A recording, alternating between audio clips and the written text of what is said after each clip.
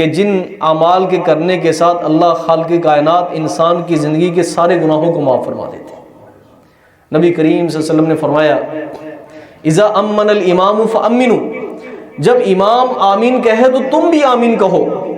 جس آدمی کی آمین فرشتوں کی آمین کے ساتھ میچ کر جاتی ہے، ان کی موافقت ہو جاتی ہے، غفر لہ ما تقدم من ذنبہ، اللہ خالق کائنات ساری زندگی کے گناہوں کو معاف فرما دیتے ہیں۔ اللہ اکبر۔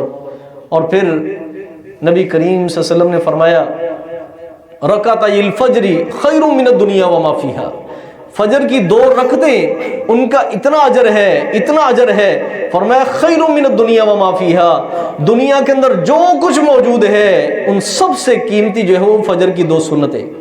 اللہ اکبر۔ اور پھر نبی کریم صلی اللہ علیہ وسلم نے فرمایا جو آدمی حج کر لیتا ہے، من حج ولم یرفث ولم یفسق، اس میں اپنے جنسی جذبات کو وہ کنٹرول میں رکھتا ہے، اور پھر کوئی جدل، کوئی جھگڑا، کوئی گالی گلوچ، اپنے آپ کو ان چیزوں سے بچا کر رکھتا ہے، فرمایا رجع کیوم ولدتہ امہ، جب حج سے واپس آئے گا ایسے ہوگا کہ آج اس کی ماں نے اس کو جنم دیا، یعنی گناہوں سے پاک ہو جائے گا۔ اللہ اکبر۔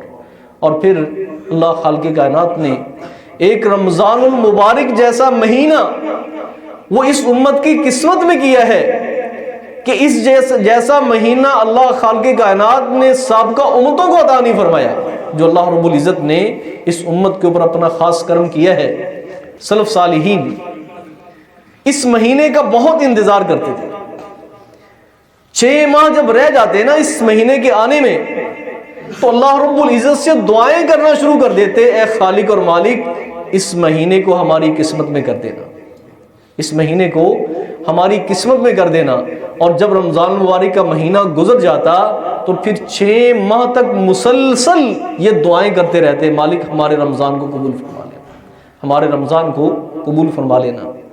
اللہ اکبر۔ حضرت ابو ہریرہ روایت کرتے ہیں رضی اللہ تعالیٰ عنہ کہ نبی کریم صلی اللہ علیہ وسلم یبشر اصحابہ، اپنے صحابہ اکرام رضوان اللہ علیہ مجمعین کو خوشخبری دیتے، فرماتے قد جاءکم شہر رمضان مبارک، بابرکت مہینہ رمضان المبارک کا تمہارے پاس آنے والا ہے، افترض علیکم صیامہ، اللہ خالق کائنات نے جس مہینے کے روزے تم پہ فرض کر دیے ہیں، تفتح فیہ ابواب الجنہ، جس میں جنت کے دروازے کھول دی جاتے ہیں، وَتُغْلَقُ فِي أَبْوَابُ الْجَحِيمِ، جہنم کے دروازے بند کر دی جاتے ہیں، وَتُغَلُّ فِيهِ الشَّيَاطِينَ، اور شیاطین کو جکڑ دیا جاتا ہے اس مہینے کے اندر۔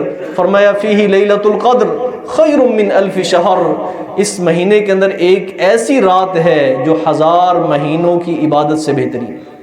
اور فرمایا من حرم خیرها فقد حرم، جو آدمی اس مہینے کی خیر و برکت سے محروم کر دیا گیا حقیقت میں وہ محروم آدمی ہے۔